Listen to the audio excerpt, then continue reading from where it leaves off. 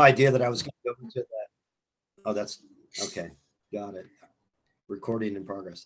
I did not plan to be in the newspaper business. I was in the wine business coming out of college. I'm going to take my Oh, hat off. Let's see here. Okay. I was in the wine business coming out of college, and I had to move to Bakersfield and I had a store called the Wine Cellar that was on Oak Street hmm and did that for about 10 years. But I always wanted to write. I just thought, gosh, if I can ever get paid for writing, if I can ever just, I mean, even if it was like 25 bucks, I thought, I just want to say that I wrote something and got, so my wife was reading the newspaper. She's an avid newspaper reader. And she said, they're looking for somebody to be a stringer for the sports section. And that's where you go out and you cover a high school football game or a basketball game or something like that. And you come back and you write a story and it's a part-time weekend thing. And, so I sent my heavily padded resume in. And, and really they were just looking for a warm body. I put down everything in the world. They were just looking for somebody who would go out and talk to Ned Permenter or Paul Briggs or whoever was the coaches back, cover game. And I got hired. I mean, hired. They said, hey, you can go out. We'll try one game. See how you do. And first game I went out and it was Foothill versus BHS at Foothill. And I remember, after the game running onto the field and putting my arm around Ned Permenter, who was this incredibly colorful, guy with tremendous, quotes and really funny. And talking to him and writing down what he said really dutifully and going back. And it took me about an hour and a half to write, 6 paragraphs.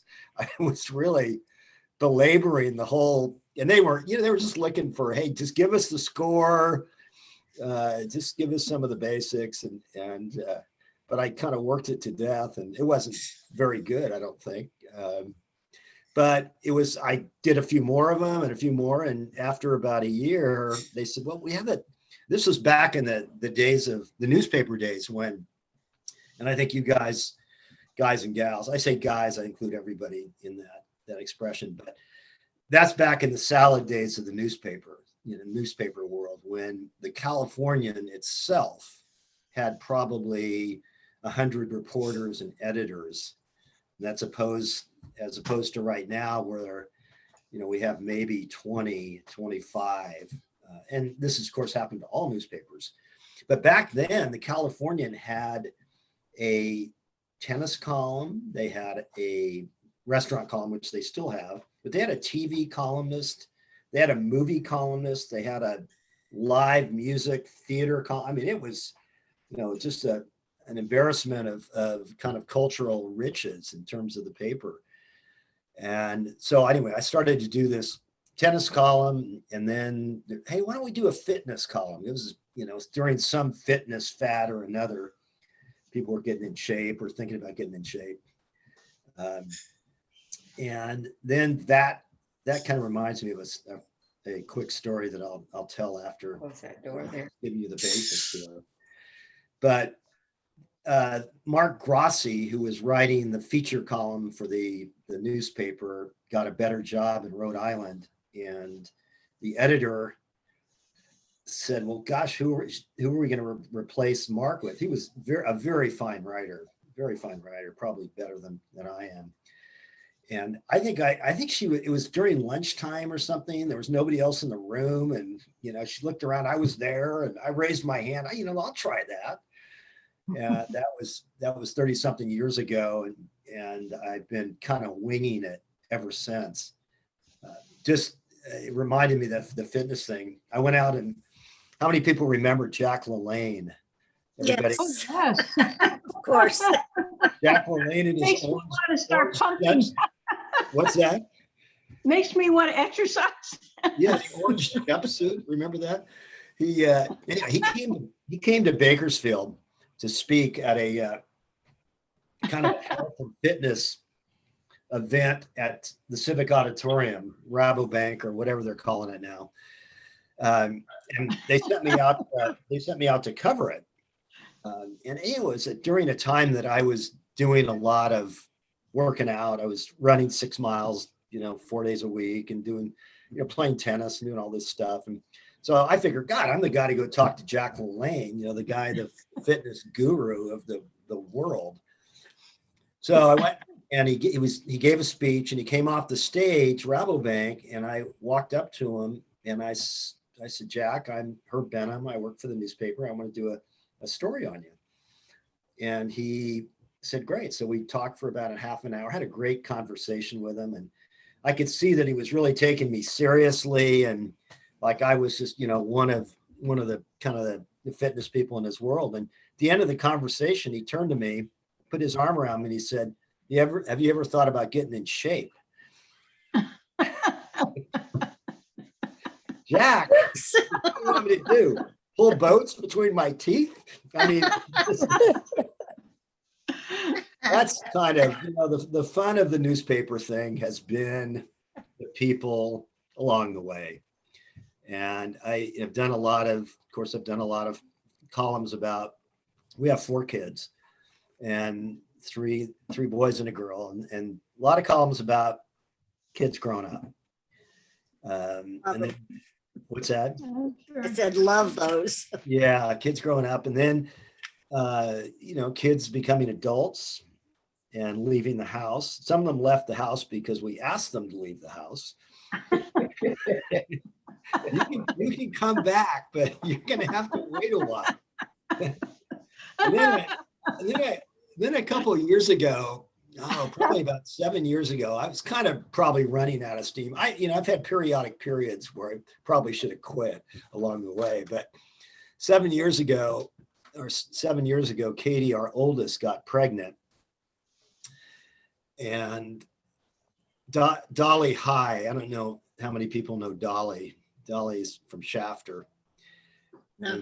She's been really a good friend and a faithful reader over the years. She wrote me and she said, "You are now back in business because you are in the grandchildren business. You're going to have tons to write about." And I had no idea, because this whole grandparents who talk to you about what it's like having grandkids, and I mean, I always consider them kind of bored. What are you talking about? This is silliness. But not when it's yours. Not when it's yours. I found that out. My goodness.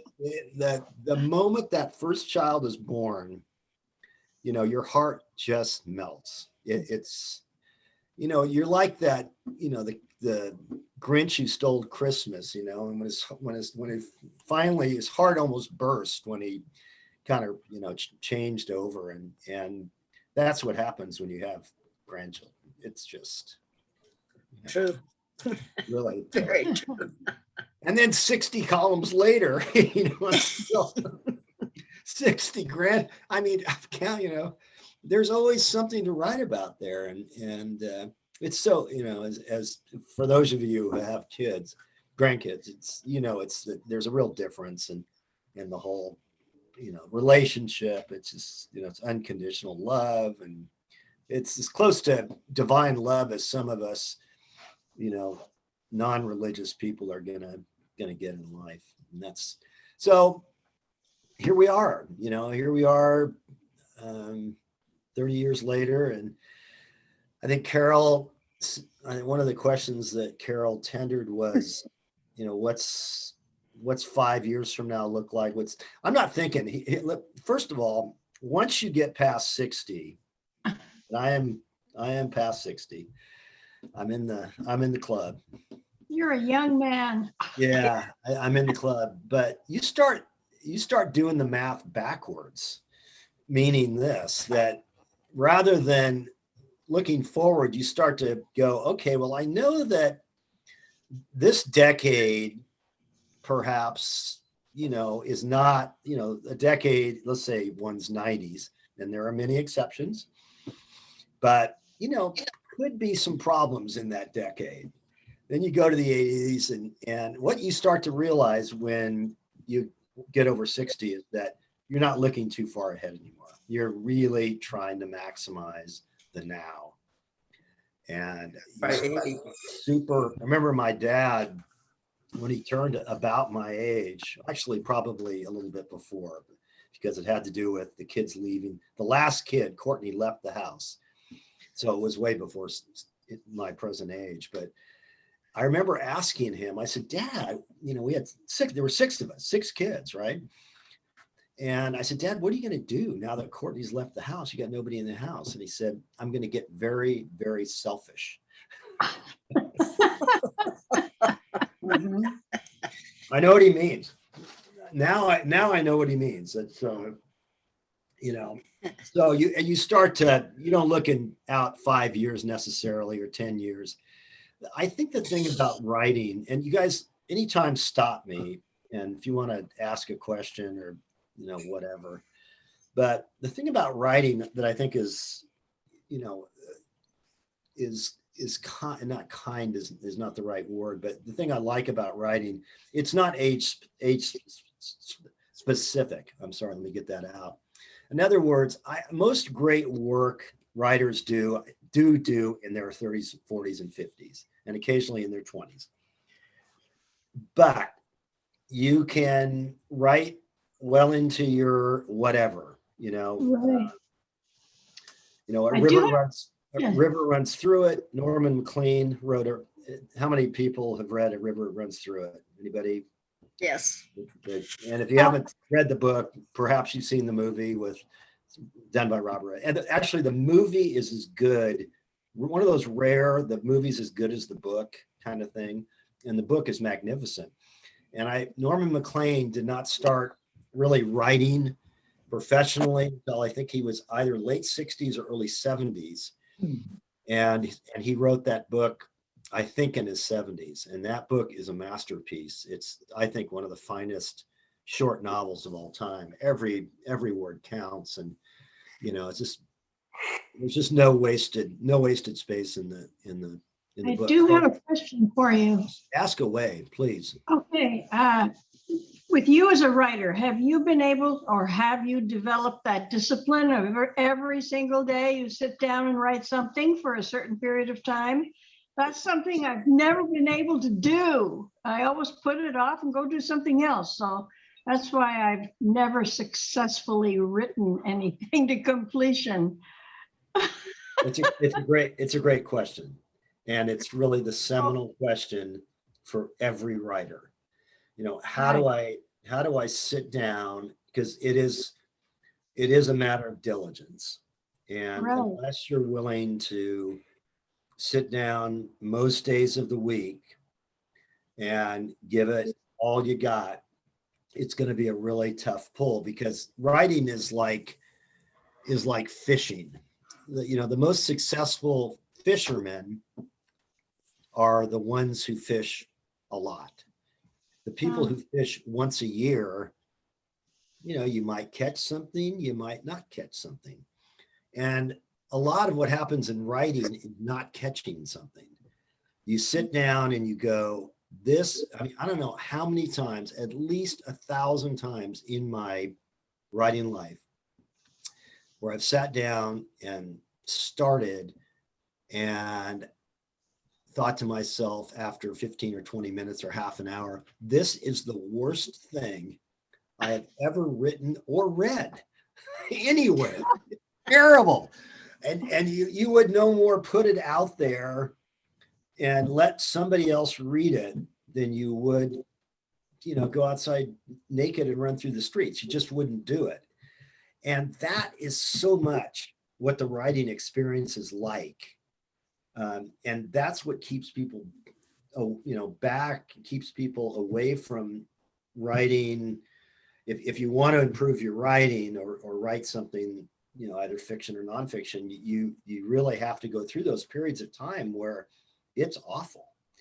And it's, I don't know who said it, or maybe I said it, or I've stole it from somebody else. This happens a lot in writing, but writing is 90%. I think writing is 90% perspiration and 10% inspiration. the inspiration comes after you put the work in normally. If you're waiting, for the, to be struck by some incredible revelation, life or otherwise, you could be waiting a while. That's just not the way it's worked for me. And I don't think it works that way for most writers.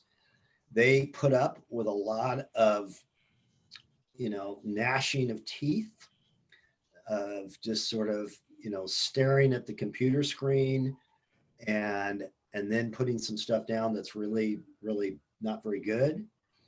And they accept that because that's part of the process. What you see, when you see a great novel and you see the finished product, it looks easy. It's like anything. It's like watching Federer play tennis. You watch, the grace and beauty with which he, plays the sport, and you think, God, that's so easy. Well, he makes it look easy. And what you don't see, obviously, is all the, thousands of hours of fitness training and training on back courts and everything else. And so, you just, with writing, you just have to accept the fact that it's not all going to be good. And you're going to have to sacrifice the perfect for the good. And sometimes you have to sacrifice the good for the average. And sometimes the average is not really that great. So my writing advice is this. I teach a writing class at the Levin Institute once or twice a year. And one of the first things I say is that just sit down and get something on paper. Do not judge, do not edit. Don't fiddle with your spelling or your grammar or anything else. Just get it on paper. Give yourself the freedom to say anything you want. That's the hardest part of not editing yourself. You can't write and edit at the same time. Not six. Right. In my kind of experience, they don't go together too well. Yeah. Editing takes place later. Editing takes place after you walk away from the draft or whatever it is you're working on. Could be a letter, could be an obit, could be, and then you come back to it. And that's when, you got to pull the razor blade out and get pretty objective. You got to be willing to sacrifice your children, is, kind of like throw them into the volcano. And that sometimes that means losing sentences or phrases that you're fond of, but that really don't fit, and what a lot of writers will do, that you hear about, is they'll realize they have something in there that doesn't really fit, but it's good. So they'll take it out and they'll put it in their drawer for later on for another project.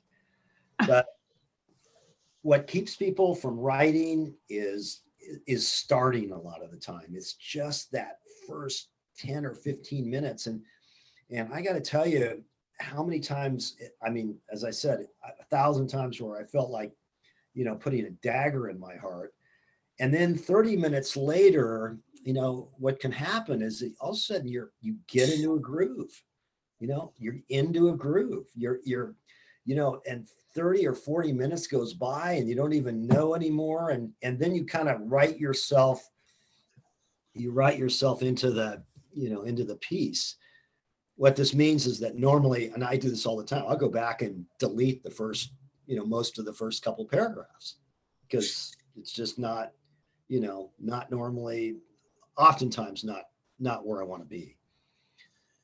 So that's the best writing. If you ever want to read a great book on writing, there's one by William Zinsser, and that's spelled Z-I, it's either double N-S-E-R or W-I-N-S-S-N-E-R.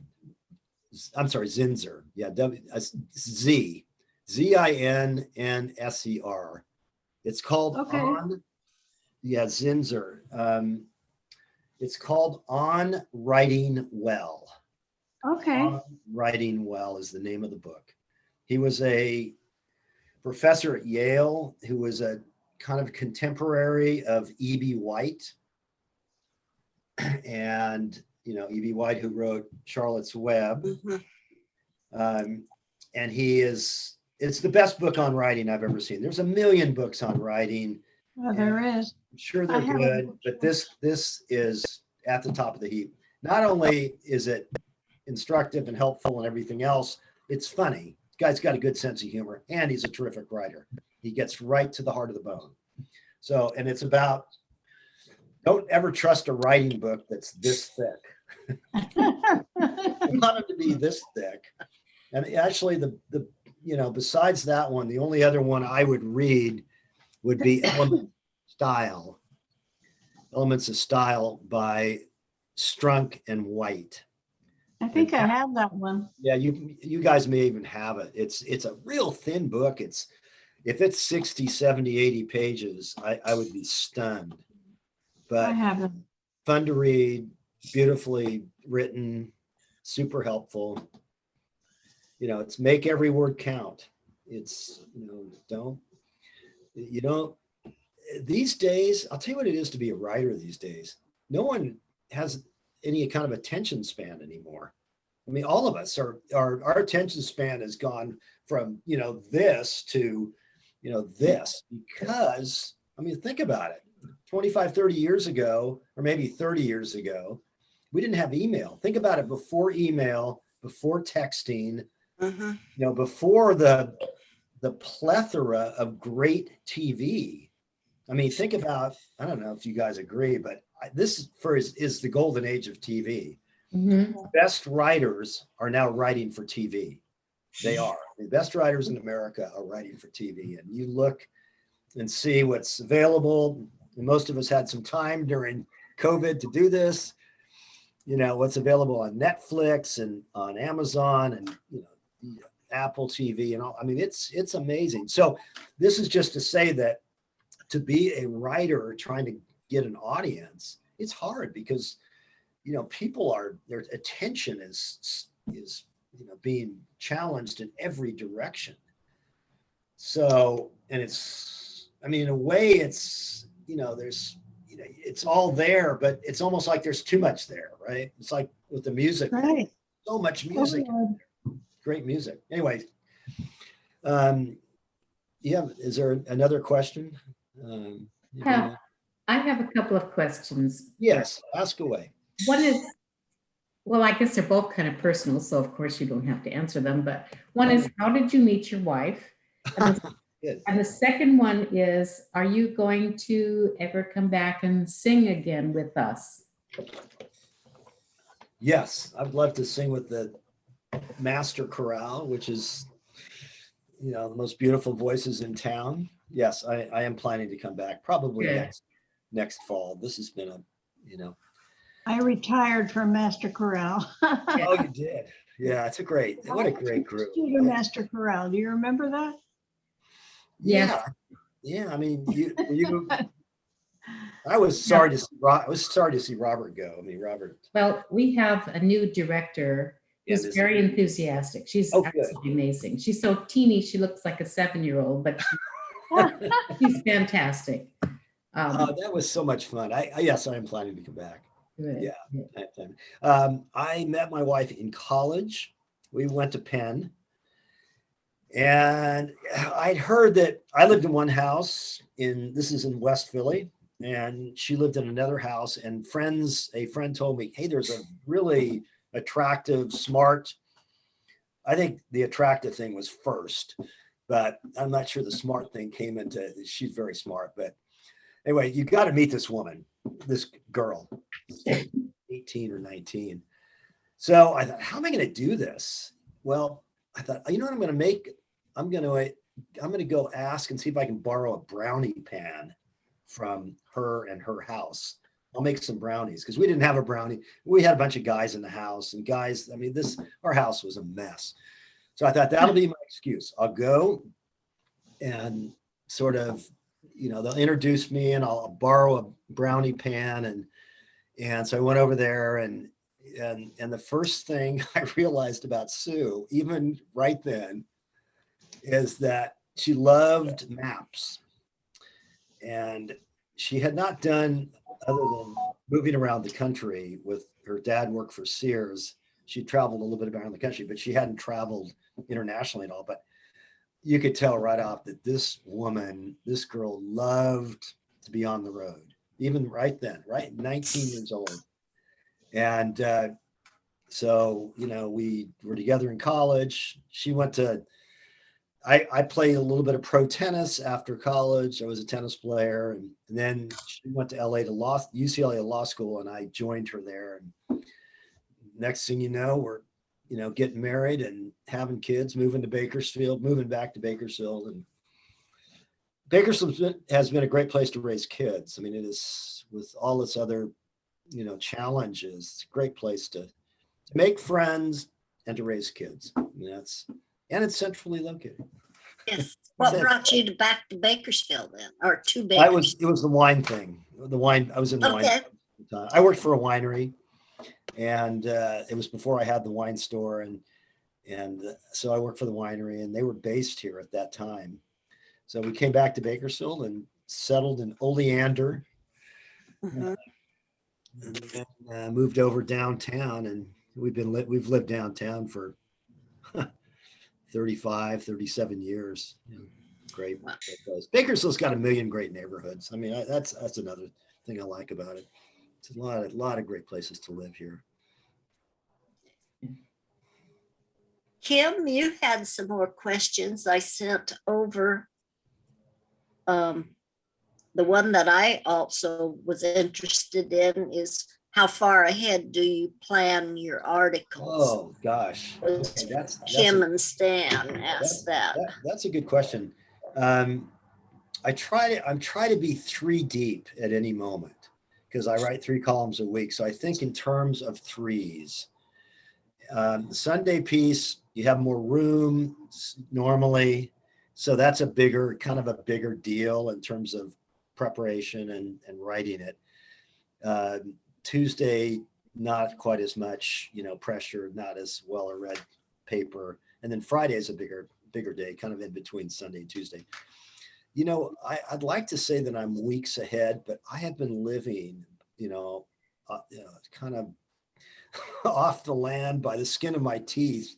And that's sort of important for my entire career, which is, you really don't know what's going to come up. And there are moments that I think it's all going to end. I've thought that a million times too. It's just, I don't have any more ideas. I've written, every dumb column, you could write, and every, hopefully, family oriented column. And, and I've done 1,000 pieces about people in Bakersfield too. And Bakersfield is also a great news town and has tons of interesting characters. And that's been a real godsend. But you sort of have to give it, I mean, this is going to sound sort of religious, but you have to give it to the universe and kind of give up control about where the ideas are going to come from and when, and Okay. if, what's that?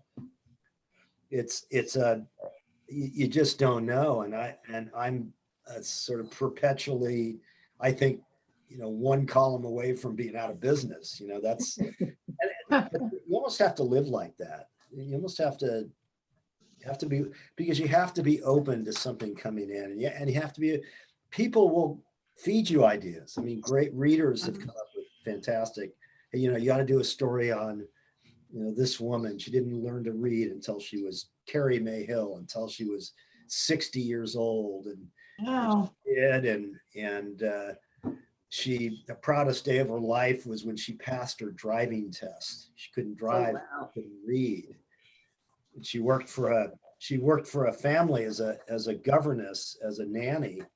They thought she could read, but she just memorized things. She couldn't read. And so she finally learned how to read in her 60s.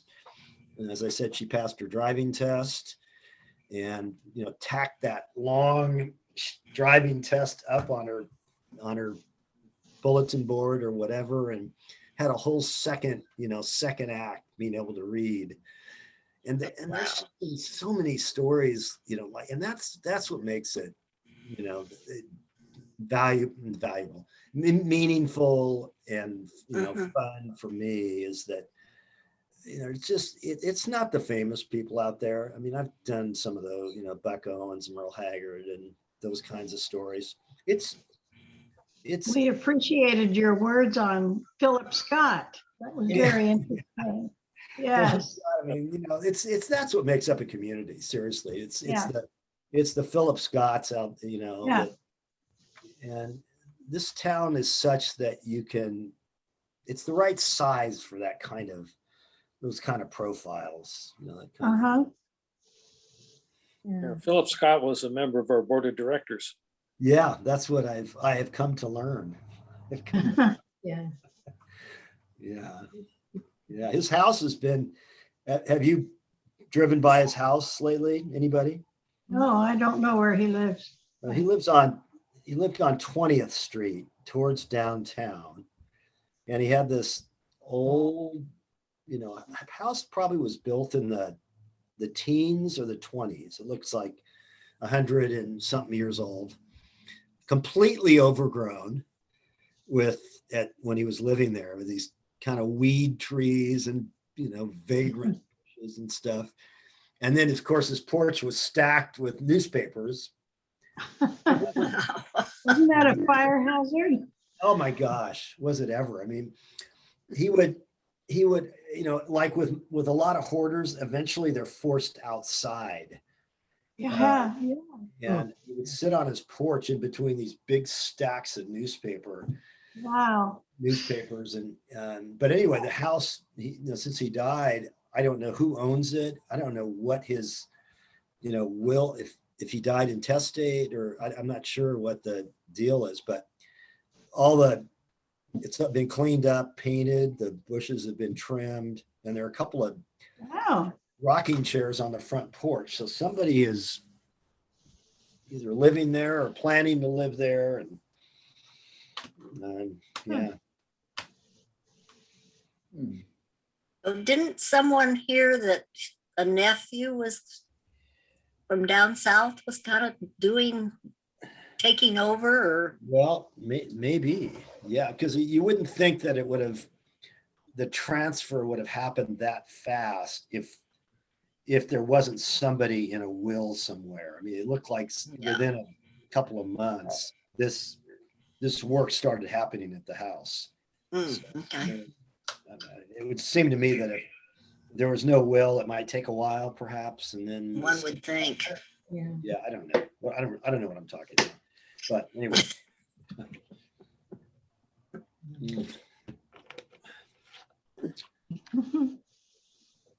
Is your mother still up in Mammoth? Mama's in Mammoth. She's 94 Okay. years old. 94. Okay. She still gets in a kayak. She has a Oh my kayak. Good for her. And Awesome. you know, she paddles around Mono Lake. Uh-huh. She has a helper who comes in every day and basically takes her out to walk or to kayak. Mhm. She has a couple of kayaks in her truck. Wow. And That's this great. woman who, you know, has hiked the entire Sierras and skied down every mountain in North. I mean, and in the process, she's really beaten herself up. I mean, she's just broken everything. And so she hurts a little bit, but Yeah. she's game, and she hasn't given up, and she still, you know, she still she loves Mammoth. I mean, it's just, we wanted to, this sounds awful, but we wanted to move her to Bakersfield, you know, have her come and live in Bakersfield. Sure. We had some, you know, we have kids here, but she loves Mammoth, and she's gonna die in Mammoth, probably. Die on the hill. Die on the hill. She's gonna die in Mono Lake. Kayak is gonna tip over, and she's gonna, Oh, yeah, well, yeah. I've been fishing in Mono Lake. Oh, have you? Really? What for what? I didn't know you could fish in there. Are you sure it isn't Crowley? Maybe I'm thinking of Rock Creek Lake. Yes, it'd be rock. I don't think you can fish I don't think there's anything in Mono Lake other than Okay. there's But- some animal, but there's not. I don't think there's any fish. Yeah. no, that's Pretty area, that's for Oh, sure. yes, beautiful. The Eastern Sierras has changed less than almost any part of California. You know, the Like Lone Pine, Lone Pine Big Independent. Pine, there's so Yeah. much there. Yeah, I love that drive, you know, going up the 395.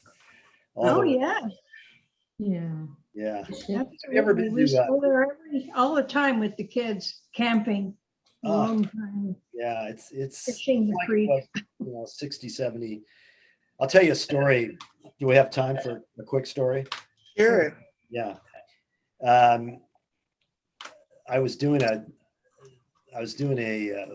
you know, you probably know that Mammoth Mountain was founded by Dave McCoy. Yeah. Dave McCoy was working for the Forest Service back in the 30s and came upon this mountain and thought, you know, this would be a really good place for a ski area, and later got a permit from the Forest Service and put a rope tow on it, and that's how Mammoth Mountain was founded. And you know, he was this legendary, you know, guy who died a couple of years ago at age like 103. He was just, you know, just a stud until the end. Was turned into a great photographer in his, talk about a second and third act. After he sold the mountain, he became a great photographer, but always, you know, physically fit and everything else. I was in a bike race called the Death Valley to Mount Whitney bike race that we used to do. We'd start at Stovepipe Wells, and the first day we'd ride up to Lone Pine, which was 72 miles and about 10,000 feet of climbing. And then we would spend the night in Lone Pine, and the next day we'd get up and we would ride to Whitney Portal, you know, just to the place where we take off, you know, to Whitney. And one year I was riding it, and I really thought it's just like with this Jack LaLanne thing. I thought, man, I'm going to win this race. Get on the hill and completely implode. You know, I can't even, I'm like halfway through the first 72 miles and I'm just dying. And all of a sudden I hear this voice behind me of, "Hey, how you doing? How you feeling?" And I look back and it's Dave McCoy on a mountain bike. Wow. And Dave has got, you know, probably was in his late 70s then, and I was, you know, in my studly 40s. And he got a big smile on his face, and he's sitting up on this mountain bike. You know the way these mountain bikes are. It looked like he was out on a beach cruiser, and he blows by me. And you know, "Hey, you're doing great. You're looking." I mean, the guy, he might have been 80 years old. I swear to God. Oh, wow. Yeah. Great memory. Yeah. Huh. Ugh, that's too funny. Well, do we have any more questions?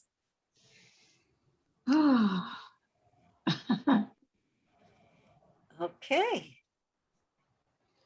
Well, That's I mean, if you want me been to- really fun. I could talk for hours, but Well, we could listen for hours. yeah. Yeah, this has been great. Thank you so much.